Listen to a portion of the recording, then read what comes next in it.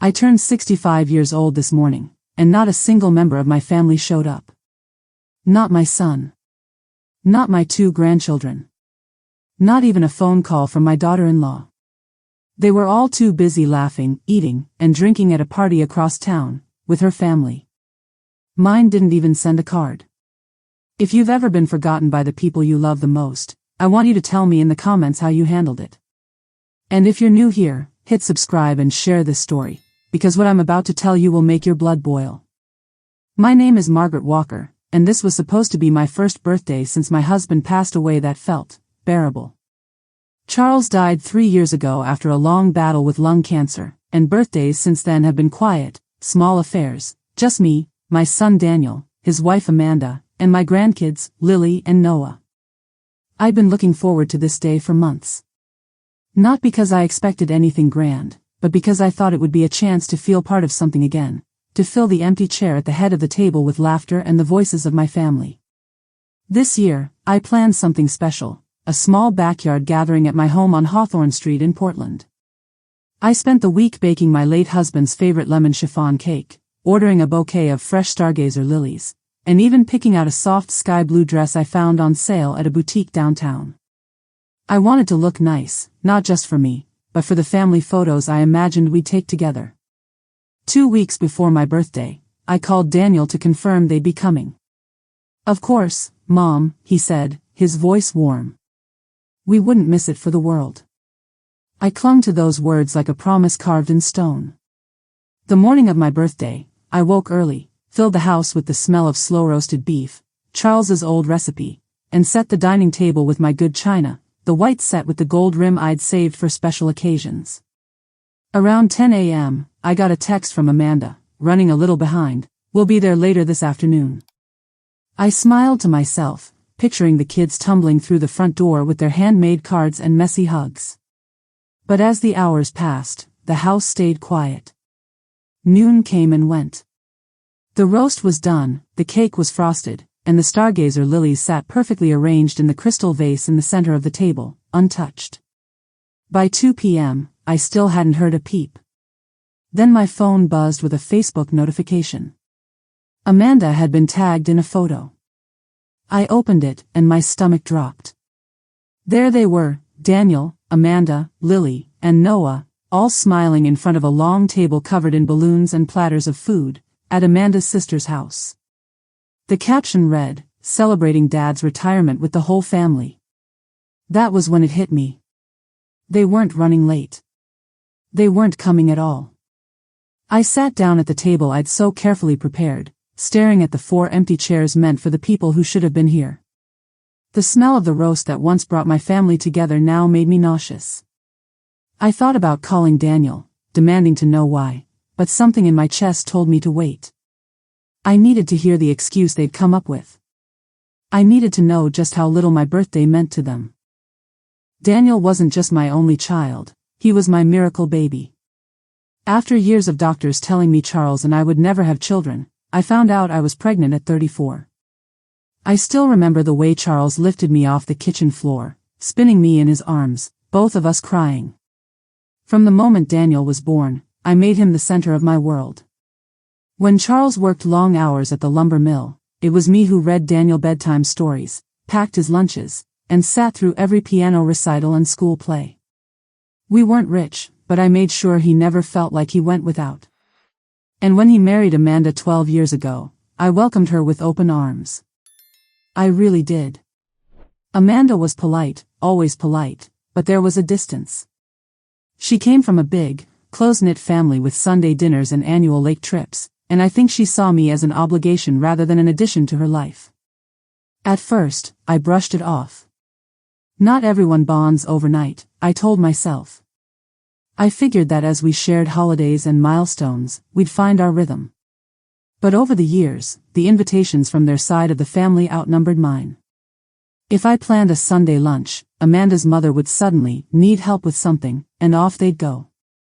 When I hosted Christmas dinner 2 years ago, they left halfway through to catch dessert at Mom's. Little cuts like that don't seem like much until they start to bleed together. The one thing that kept me from speaking up was my grandkids. Lily, now 10, has my green eyes and a laugh that bubbles up from her belly, and Noah, 8, is a bundle of pure energy who loves to sit on my porch swing and listen to stories about when his grandpa was young. I lived for those moments, the sticky fingers tugging at my apron, the secret, don't tell mom, extra cookie before dinner. Still, I noticed changes. Last summer, I invited the kids to spend a weekend at my place, just us, like we used to. Daniel called 2 days before to say Amanda's parents had planned a beach trip and the kids were really looking forward to it. He said it like it was a done deal, like my weekend didn't matter. I swallowed my disappointment and told him to have fun. But deep down, I felt it, the slow shifting of my place in their lives. Not gone entirely, but moved further down the list. Which is why this birthday was so important to me. I thought if we could have a day together, just the 4 of us, it might bridge whatever gap had been forming. I pictured Lily helping me light the candles and Noah pretending to blow them out before I got the chance. I imagined Daniel giving me one of those side hugs he perfected as a teenager, pretending he was too grown up for the real thing. Instead, I was staring at a Facebook post of my family at a party I hadn't been invited to. I kept scrolling through the photos, Amanda's father opening gifts, her sisters clinking glasses, Lily sitting on her aunt's lap. In every picture, they looked comfortable, at home. My heart sank with the realization, maybe that's where they felt they belonged now. And then I noticed something in one of the photos, Daniel holding a plate of cake, laughing, with a little gift bag in his other hand. The kind of gift bag you buy last minute. The kind of gift bag I had always imagined him walking into my house with today. It was becoming painfully clear that this day wasn't just a slip of the mind. It was a choice. By 3 o'clock, the roast had cooled on the stove. I'd kept the oven on warm as long as I could, telling myself they were probably stuck in traffic, or maybe the kids had begged to stop for ice cream on the way over. I fussed over the dining table, shifting the stargazer lilies an inch to the left, smoothing the white linen cloth I'd ironed that morning. The sun streamed through the kitchen window, catching on the gold rim of my best china.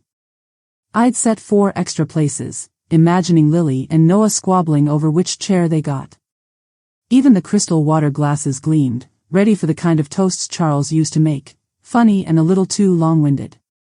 I caught myself glancing at the clock every few minutes. 3:15. 3:30. Maybe they were waiting until later so we could roll my birthday into dinner. I told myself that out loud, as if saying it made it true.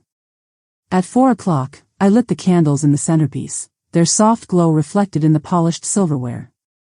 The house smelled of rosemary and roasted beef, warm and rich, but it only made the emptiness more obvious. Without voices, without footsteps coming up the porch steps, the silence pressed against me like a weight. I carried the lemon chiffon cake from the fridge and placed it on the counter. It looked almost too perfect to cut, the pale yellow layers peeking through the white frosting. I'd even piped a ring of tiny pink roses around the edge.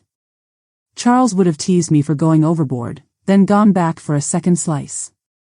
Another hour passed. The candles burned low, wax pooling at their bases. My phone sat on the table, silent.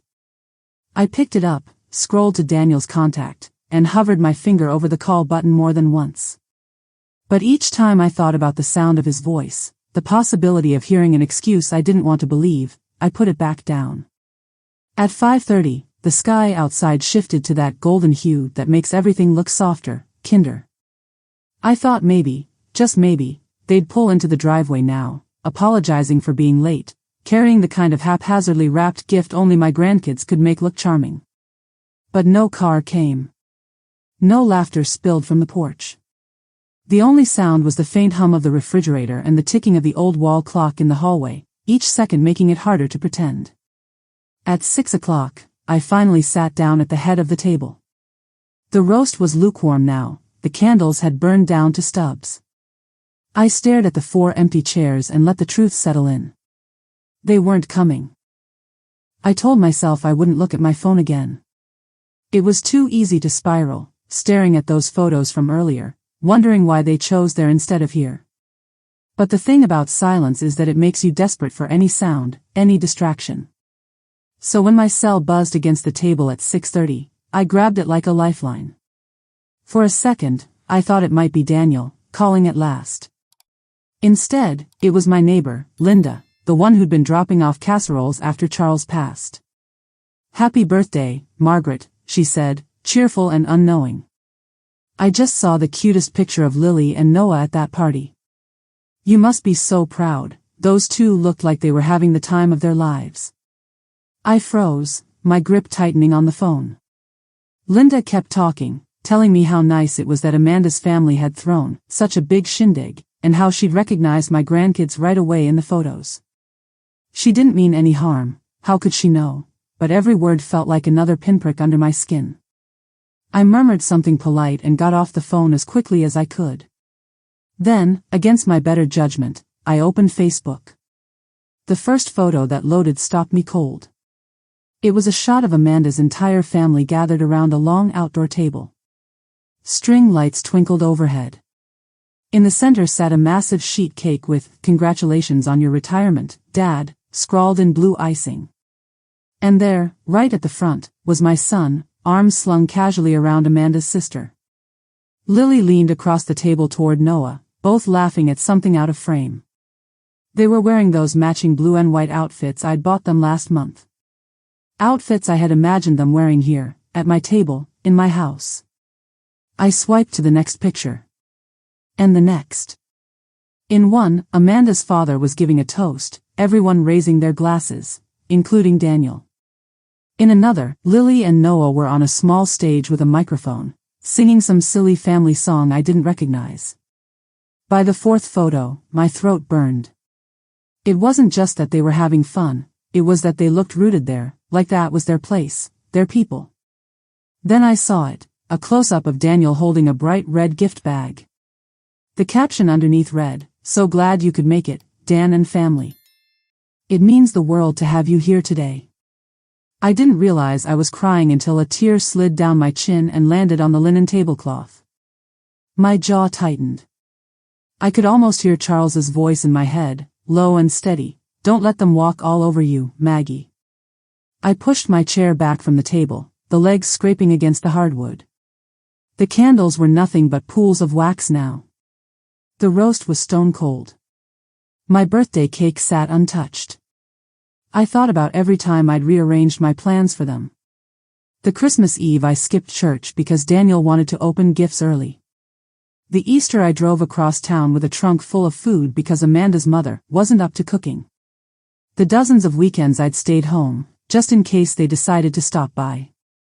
And today, my birthday, they hadn't just skipped me. They'd celebrated somewhere else, as if I didn't exist at all. I picked up my phone. For a moment, my thumb hovered over Daniel's name again. But this time, I didn't hesitate. I pressed call. The moment Daniel's voice came through the line, "Hey, Mom," I didn't even give him the chance to breathe. "Don't you, hey, Mom, me, Daniel Walker. You'd better explain to me right now why I spent my 65th birthday sitting alone at a table set for 4 while you and my grandchildren smiled for the camera at Amanda's father's party." There was a pause, the kind that tells you the person on the other end is scrambling. "Mom, it's not what you think." "Oh, it's exactly what I think," I snapped. "I think you lied to me. I think you told me you wouldn't miss my birthday for the world, then decided that my day meant nothing compared to a barbecue and a retirement cake." He sighed. "Look, Amanda's dad only retires once. It was important to her family. And I only turned 65 once, Daniel." My voice cracked on the last word, but I didn't care. "Do you know what it's like to lose your husband, to spend your first birthdays without him hoping your son will fill that empty seat? Do you have any idea what it feels like to cook your late father's favorite meal and watch it go cold because your own family can't be bothered to show up?" "Mom, please," he said, lowering his voice like I was the one making a scene. The kids were excited to go. They'd been talking about that party for weeks. "Because you let them, Daniel. Because you and Amanda made sure they heard about every balloon, every game, every song, until my birthday didn't stand a chance." He hesitated. "We thought maybe we could stop by later, after dinner there." "Stop by?" I laughed, sharp and humorless. You think I'm some charity case you can fit in between drinks and dessert at Amanda's mother's house? I'm your mother. I raised you. I taught you to show up for the people who matter, even if it's inconvenient. Don't make it sound like we don't care, he said, his voice rising now. We do care. No, you care when it's easy, I cut in. You care when it doesn't interfere with what Amanda's family wants. You've been drifting for years, Daniel. Christmas, Easter, birthdays, it's always their table, their traditions. You leave me scraps and call it love. That's not fair, he shot back. We've invited you to plenty of things. Inviting me to tag along at events where I'm the outsider is not the same as making me a priority. My hand was trembling, but I kept my grip on the phone. Do you even realize how humiliating it was to have my neighbor call me tonight to gush about how cute Lily and Noah looked at a party I wasn't even told about? He went quiet. I pressed on. I saw the photos, Daniel. I saw the gift bag in your hand. You looked like you belonged there. You looked happy. And maybe you were. But you should have been here. For me. For your kids, so they'd learn that family doesn't get tossed aside because something more fun comes along. When he spoke again, his voice had an edge. You're making this bigger than it is. It was one birthday. One birthday? I almost shouted. Do you have any idea how many birthdays I have left? I'm 65, Daniel. I'm not going to live forever. And you've decided that spending one of those with me was optional. On the other end, I heard him mutter something, maybe to Amanda. A door closed. Then, Mom, I can't do this right now. The kids. Don't you dare hang up on me, I warned. If you do, I will remember it. I will remember this conversation for the rest of my life. And so will you, when you realize you can't take back the time you wasted. Silence stretched between us. I could hear muffled voices in the background, laughter from wherever they were. My family's laughter, without me. Finally, he said, I'll call you tomorrow. No, I said coldly. Don't bother. Tomorrow won't be my birthday. I hung up before he could answer, the sound of the disconnect sharp in my ear. My hand stayed on the phone long after, my pulse pounding. The house was so quiet I could hear the ticking clock again. The roast was cold, the cake untouched, and the candles long dead.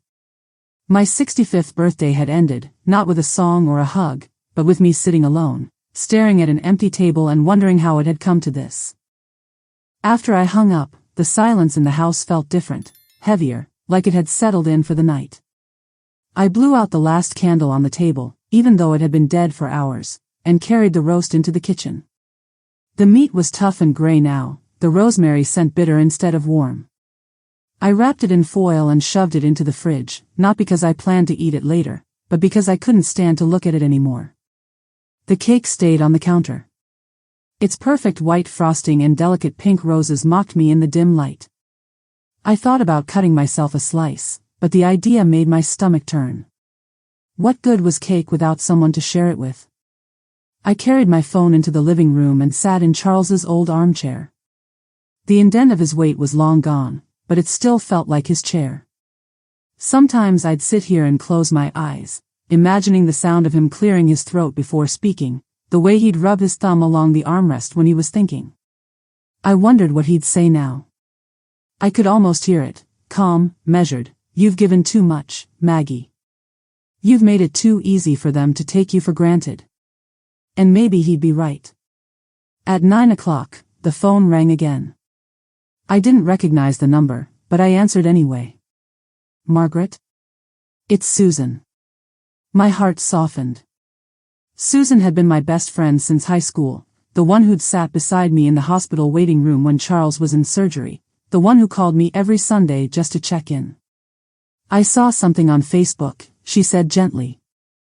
I wasn't sure if I should call, but I didn't see you in any of those party pictures, and I thought maybe.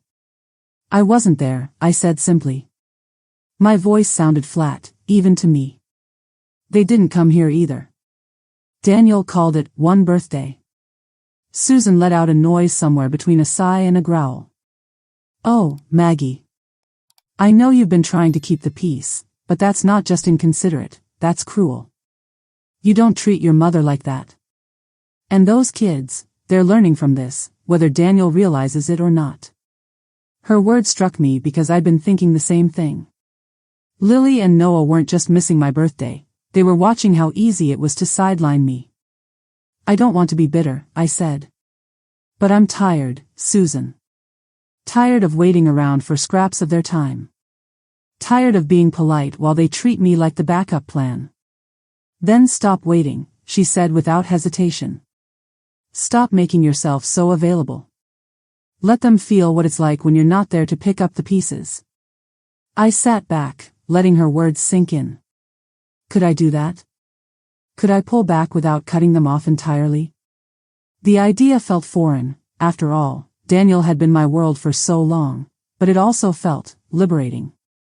I just don't want to lose them, I admitted. You won't, Susan said firmly. People don't value what they think they'll never lose.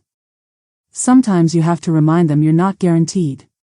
We talked for another half hour, about nothing and everything, until I felt my breathing slow. Before hanging up, Susan said, Maggie, promise me something. Promise me you'll do something for yourself tomorrow. Not for Daniel, not for the kids. For you. After we said goodnight, I stayed in the chair a while longer. The house was dark except for the soft glow from the lamp by my side. I thought about all the times I'd bent my schedule, my budget, even my pride to make it easy for Daniel's family to keep me in the margins. Maybe it was grief, maybe it was age, but I realized I didn't have the energy for that anymore. I pictured tomorrow, me waking up without checking my phone for a message that might never come. I imagined making plans that didn't hinge on Daniel's availability. It was a small thought, but it carried a strange sense of power. I stood up, turned off the lamp, and walked through the quiet house. As I passed the dining table, I paused. The 4 empty chairs stared back at me. I pulled them out, one by one, and stacked them against the wall. The table looked smaller without them, more intimate, more mine. Upstairs, I changed into my nightgown and slid into bed. For the first time in a long time, I didn't reach for my phone to check for messages before closing my eyes. I already knew there wouldn't be any. And for the first time tonight, I didn't care. I had made a decision. From now on, I wouldn't be the one always reaching across the gap. If Daniel and his family wanted me in their lives, they'd have to take a step toward me. And if they didn't, well, I'd start building a life where my happiness didn't depend on whether they showed up. It wasn't revenge. It wasn't punishment. It was self-respect. I woke up the next morning to sunlight spilling across my bedroom floor. For once, I didn't reach for my phone. I didn't want to know if Daniel had texted. I didn't want to start my day with disappointment disguised as hope. Susan's words echoed in my head, promise me you'll do something for yourself tomorrow. So I lay there a moment, listening to the soft rustle of the curtains in the breeze, and thought about what I wanted to do. Not what I thought the kids might enjoy, not what Amanda's schedule might allow. Just me. The answer came surprisingly quick, the Saturday farmers market. I hadn't been in years. Charles and I used to go every other weekend, strolling between the stalls with coffee cups in hand, him picking out jars of homemade jam, me hunting for the freshest flowers. I showered, put on a light cotton blouse the color of fresh cream, and a pair of soft denim pants. No rush, no frantic clock watching. I even put on my silver locket with Charles's picture inside, not as a sad gesture, but as a way to bring him along with me.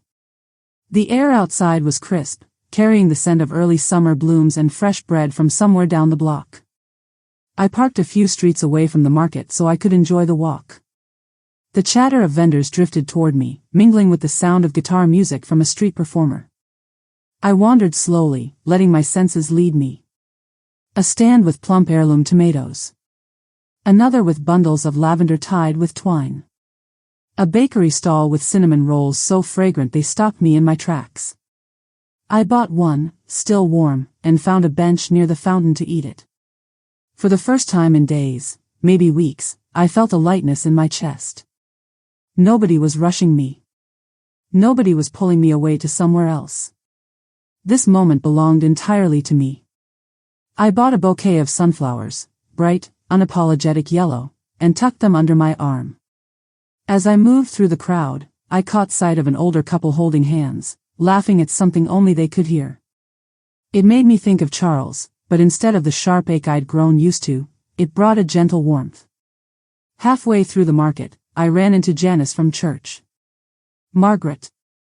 We've missed you at choir practice," she said. I started to give my usual excuse, been busy with family, but stopped myself. "I'll be there next week," I told her. And I meant it. By the time I got home, the sunflowers' golden heads nodded in the vase on my kitchen table, replacing the stargazer lilies from yesterday. The lilies were still beautiful, but they belonged to a day that had hurt me. The sunflowers felt like something new. Only then did I check my phone. 2 missed calls from Daniel. 1 text, "We need to talk." I stared at the screen, a faint smile tugging at my mouth. For years, I'd have called back immediately, heart pounding, ready to smooth things over. But not today. Today, my coffee was still hot, the sunflowers were still fresh, and I had a new book waiting in the living room. Daniel could wait. By mid-afternoon, I'd read 3 chapters of my new mystery novel, made myself a second pot of coffee, and even taken the sunflowers out to the porch so they could catch the light. Every so often, my phone would light up with Daniel's name. Each time, I let it ring until it went silent. On the 4th try, I heard the telltale beep of the voicemail starting. Something about knowing he was talking without me there to interrupt made me curious. When the little notification popped up, I tapped play. Hey, Mom. It's me. Look, I know you're mad, and you have every right to be. I want to explain." His voice was tight, like he was walking on eggshells. "I didn't mean to hurt you. Yesterday wasn't supposed to be like that. Amanda's dad's retirement party, it was this big deal for her family, and they'd been planning it for months. I thought maybe we could do both. Stop by there for a bit, then come to your place later. But things ran late, and..." He broke off, sighing. "I know you think I've been choosing Amanda's family over you. And maybe sometimes it looks that way. But it's not that simple. They live 15 minutes away, Mom. You're across town. The kids see them more because it's easier, and they've got cousins there. Friends. Stuff going on. It's not about replacing you." A pause. In the background, I could hear faint voices, Amanda's maybe, and Lily laughing at something. "I'm not good at birthdays," he admitted. "You know that. Half the time I forget my own. I figured, you and me, we'd always have time. But maybe I've been taking that for granted." Another pause, longer this time. "The kids didn't mean to hurt you either. They were excited about the party, the games, the pool. I didn't want to disappoint them. I thought you'd understand. You've always been, flexible. But maybe I leaned on that too much." He cleared his throat, his voice softer now. "Look, I'm sorry, Mom. Really. I hate that this is the way your birthday went. I want to make it right. Maybe we can have dinner next week, just us. I'll cook. Or we can go to that Italian place you like, what's it called? Bellafina? My treat. Just, don't shut me out, okay? Call me back when you're ready." The message ended, replaced by silence so complete I could hear the faint ticking of the wall clock. I set the phone down on the table. His words hadn't surprised me. If anything, they confirmed what I already knew. I was the safe option. The one he assumed would always be there, waiting patiently while life pulled him in other directions. A year ago, maybe even a month ago, I would have called him right back. I would have told him it was okay, that I understood. I would have made it easy for him to forget this ever happened. But as I sat there, looking at the sunflowers on the porch and smelling the faint trace of coffee in the air, I realized I didn't want easy anymore. I wanted respect. I wanted to stop being the fallback plan. I slid the phone into the drawer of the side table. He could wait a little longer. It was just after 10 the next morning when I heard the knock at the door. 3 quick raps, a pause, then 2 more.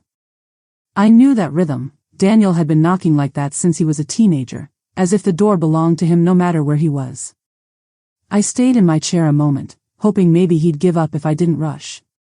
But the knock came again, louder this time. When I opened the door, there he was, hands shoved in his jacket pockets, eyes darting past me into the house like he was checking for an audience.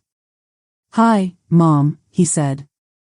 I stepped aside just enough to let him in. "You didn't call to say you were coming." He shrugged, taking in the living room as if he needed a reason to be here. "Didn't think you'd answer if I did." He wasn't wrong. He lingered near the entryway, like he wasn't sure whether to sit or stand. I let the silence stretch until it got uncomfortable. "Finally," he said, "I didn't want things to sit like this. I wanted to talk in person." "Talk," I said, crossing my arms. He ran a hand over his jaw. "I feel like we both said things we didn't mean on the phone." I cut him off. "Everything I said, I meant." His eyes flickered, but he kept his tone even. "Okay, well, I didn't mean to hurt you.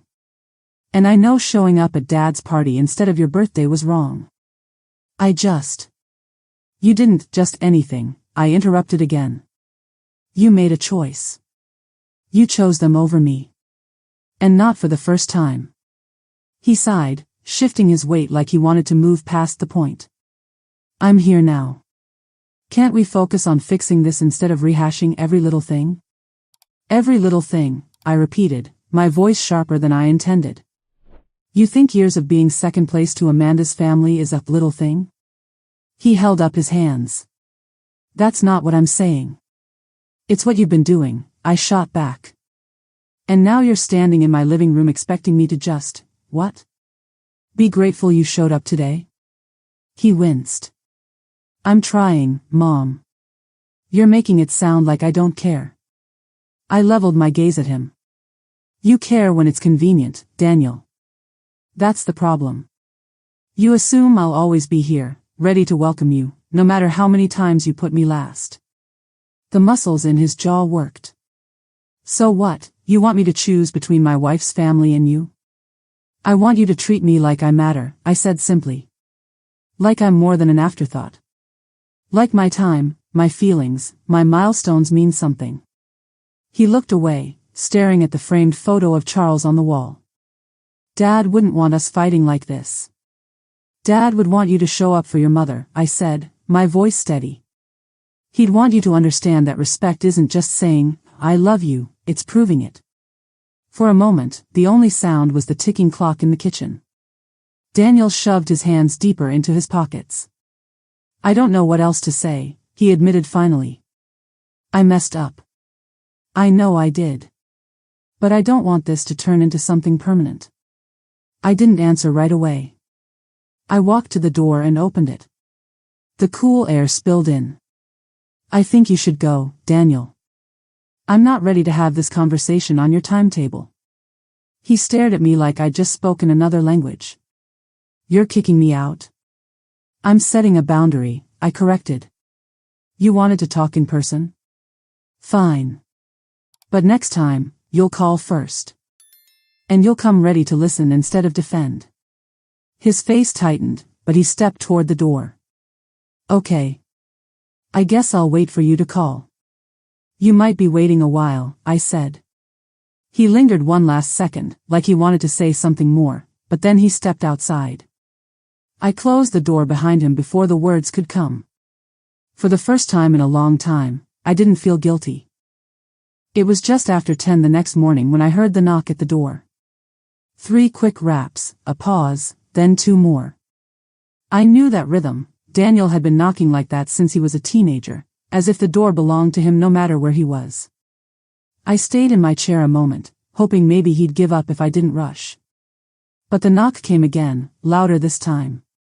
When I opened the door, there he was, hands shoved in his jacket pockets, eyes darting past me into the house like he was checking for an audience. "Hi, Mom," he said. I stepped aside just enough to let him in. "You didn't call to say you were coming." He shrugged, taking in the living room as if he needed a reason to be here. "Didn't think you'd answer if I did." He wasn't wrong. He lingered near the entryway, like he wasn't sure whether to sit or stand. I let the silence stretch until it got uncomfortable. "Finally," he said, "I didn't want things to sit like this. I wanted to talk in person." "Talk," I said, crossing my arms. He ran a hand over his jaw. "I feel like we both said things we didn't mean on the phone." I cut him off. Everything I said, I meant. His eyes flickered, but he kept his tone even. "Okay, well, I didn't mean to hurt you. And I know showing up at Dad's party instead of your birthday was wrong. You didn't just anything," I interrupted again. "You made a choice. You chose them over me. And not for the first time." He sighed, shifting his weight like he wanted to move past the point. "I'm here now. Can't we focus on fixing this instead of rehashing every little thing?" "Every little thing," I repeated, my voice sharper than I intended. "You think years of being second place to Amanda's family is a little thing?" He held up his hands. "That's not what I'm saying. It's what you've been doing," I shot back. "And now you're standing in my living room expecting me to just, what? Be grateful you showed up today?" He winced. "I'm trying, Mom. You're making it sound like I don't care." I leveled my gaze at him. "You care when it's convenient, Daniel. That's the problem. You assume I'll always be here, ready to welcome you, no matter how many times you put me last." The muscles in his jaw worked. "So what, you want me to choose between my wife's family and you?" "I want you to treat me like I matter," I said simply. "Like I'm more than an afterthought. Like my time, my feelings, my milestones mean something." He looked away, staring at the framed photo of Charles on the wall. "Dad wouldn't want us fighting like this. Dad would want you to show up for your mother," I said, my voice steady. "He'd want you to understand that respect isn't just saying, 'I love you,' it's proving it." For a moment, the only sound was the ticking clock in the kitchen. Daniel shoved his hands deeper into his pockets. "I don't know what else to say," he admitted finally. "I messed up. I know I did. But I don't want this to turn into something permanent." I didn't answer right away. I walked to the door and opened it. The cool air spilled in. "I think you should go, Daniel. I'm not ready to have this conversation on your timetable." He stared at me like I'd just spoken another language. "You're kicking me out?" "I'm setting a boundary," I corrected. "You wanted to talk in person? Fine. But next time, you'll call first. And you'll come ready to listen instead of defend." His face tightened, but he stepped toward the door. "Okay. I guess I'll wait for you to call." "You might be waiting a while," I said. He lingered one last second, like he wanted to say something more, but then he stepped outside. I closed the door behind him before the words could come. For the first time in a long time, I didn't feel guilty. It was Saturday afternoon when I saw their SUV pull into my driveway. The sight of it sent a ripple of tension through my chest, but I stayed seated on the porch, hands wrapped around my mug of tea. Daniel stepped out first, Amanda right behind him, each carrying something. He had a grocery store bouquet, roses and baby's breath, and she balanced a bakery box tied with red string. "Hi, Mom," Daniel called, his voice overly bright. "Margaret," Amanda said with a polite smile. I nodded toward the empty chairs on the porch. "You're here." They exchanged a glance, then climbed the steps. Daniel set the flowers on the small table between us. "We wanted to stop by. Try to, make things right." Amanda placed the cake beside the flowers. "It's chocolate ganache. I remembered you like it." I looked at the box but didn't move to open it. You remembered wrong. That was Charles's favorite. I preferred lemon. Her smile faltered, just slightly. Well, I suppose we can all enjoy it together. Daniel sat forward in his chair. Mom, we didn't come to rehash everything. We just want to move past what happened. I took a slow sip of tea. Moving past something requires acknowledging it first. We've said we're sorry, he said, a hint of frustration creeping in. You've said you're sorry it upset me, I corrected. That's not the same as being sorry you did it. Amanda's tone stayed even, but there was an edge now. We can't change the past, Margaret. The only thing we can do is focus on spending time together going forward. That sounds nice, I said. But it only works if I believe I'm not going to be bumped again the moment something else comes along. Daniel leaned back, exhaling. You're making it sound like we've been doing this for years. Because you have, I said. My voice didn't rise, but the words landed heavy. Holidays. Birthdays. Random weekends. I'm always the one rearranging, adjusting, understanding. I can't remember the last time you adjusted for me. Amanda crossed her legs, her expression carefully neutral. We're a busy family, Margaret. Between work, school, and extended family obligations. I cut her off. Amanda, I was a working mother too. I managed a household, held down a job, and still made time for the people who mattered. This isn't about being busy. It's about priorities. Silence stretched between us. Daniel tapped his fingers against his knee. So what do you want from us? A promise to never miss a birthday again? I want you to think before you make choices that hurt the people who love you, I said. And when you do make a bad choice, I want more than excuses about convenience or the kids having fun. Amanda's gaze flickered. We're trying to be here now. Isn't that worth something? I looked at the flowers, at the cake, at the way they were sitting like they'd checked a box just by showing up. It would mean more if I believed you were here because you wanted to be, not because you're worried about what this distance might mean for you. Daniel's voice dropped. Mom, you're not going to push us away over this. I met his eyes. I'm not pushing you away, Daniel. I'm stepping back until you meet me halfway. That's not punishment. That's self-respect. Amanda shifted in her seat. And if that means seeing less of the kids? My heart twinged at the thought, but I didn't flinch. Then that's your choice. You decide how much effort you put into making sure they have their grandmother in their lives. The air between us felt charged, heavy with all the words left unsaid. Finally, Daniel stood. I guess, we'll let you get back to your day. Amanda rose too, picking up the cake as if to offer it again, but I shook my head.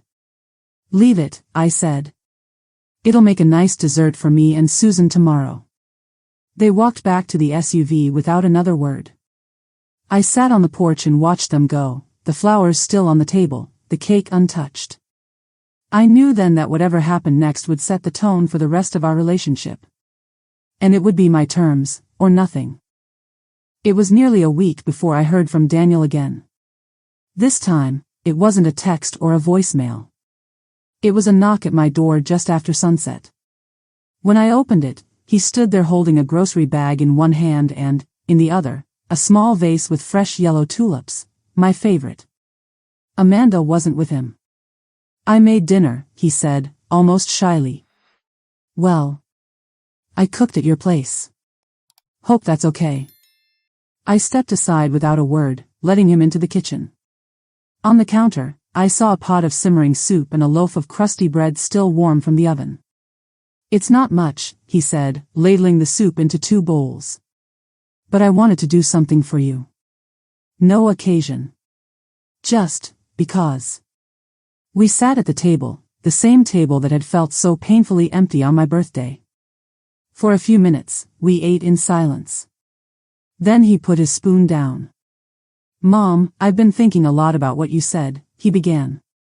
About priorities. About showing up. I've been selfish. I didn't mean to make you feel like second place, but I see now that I have. And I don't want that to be the story my kids remember about their grandmother. His voice cracked just a little, and I knew this wasn't a speech rehearsed to pacify me. He meant it. I can't change what happened, he said, but I can change what happens next. I talked to Amanda, and we're making some changes, smaller commitments to her family so we can make more time for you. And birthdays, well, yours goes on the calendar first from now on. I let the words sink in before I spoke. Daniel, I appreciate you saying that. But it's not just about putting a date on the calendar. It's about respect, every day. It's about your children seeing that you honor your commitments, not because you have to, but because you want to. He nodded. I understand. And I want to earn back your trust. Not just today, but over time. A part of me wanted to grab onto this moment and pretend the hurt was gone. But I knew better. I'm willing to move forward, I said slowly. But I'm not erasing the past. If we're going to rebuild, it's going to be brick by brick. And if I start feeling like I'm slipping to the bottom of the list again, I will pull back. No hesitation this time. I know, he said quietly. And I'll try not to give you a reason to. We finished dinner talking about lighter things, the kids' school projects, the weather, even an old memory of Charles that made us both laugh. It wasn't perfect, but it was something. When he left, he hugged me, a real hug, not the sideways, distracted kind. See you soon, Mom, he said, and I believed him. After he drove away, I stood at the kitchen sink, rinsing the dishes, the tulips bright against the countertop. I knew this wasn't a fairy tale ending. There would be other slights, other moments when I'd have to speak up. But for the first time in a long time, I felt like Daniel had heard me, really heard me. And maybe that was enough for now. Have you ever had to set boundaries with someone you love, and still hoped for a better relationship? How did you handle it? Tell me your story in the comments. And if you've been where I've been, hit that like button and share this video. Someone else out there needs to know they're not alone.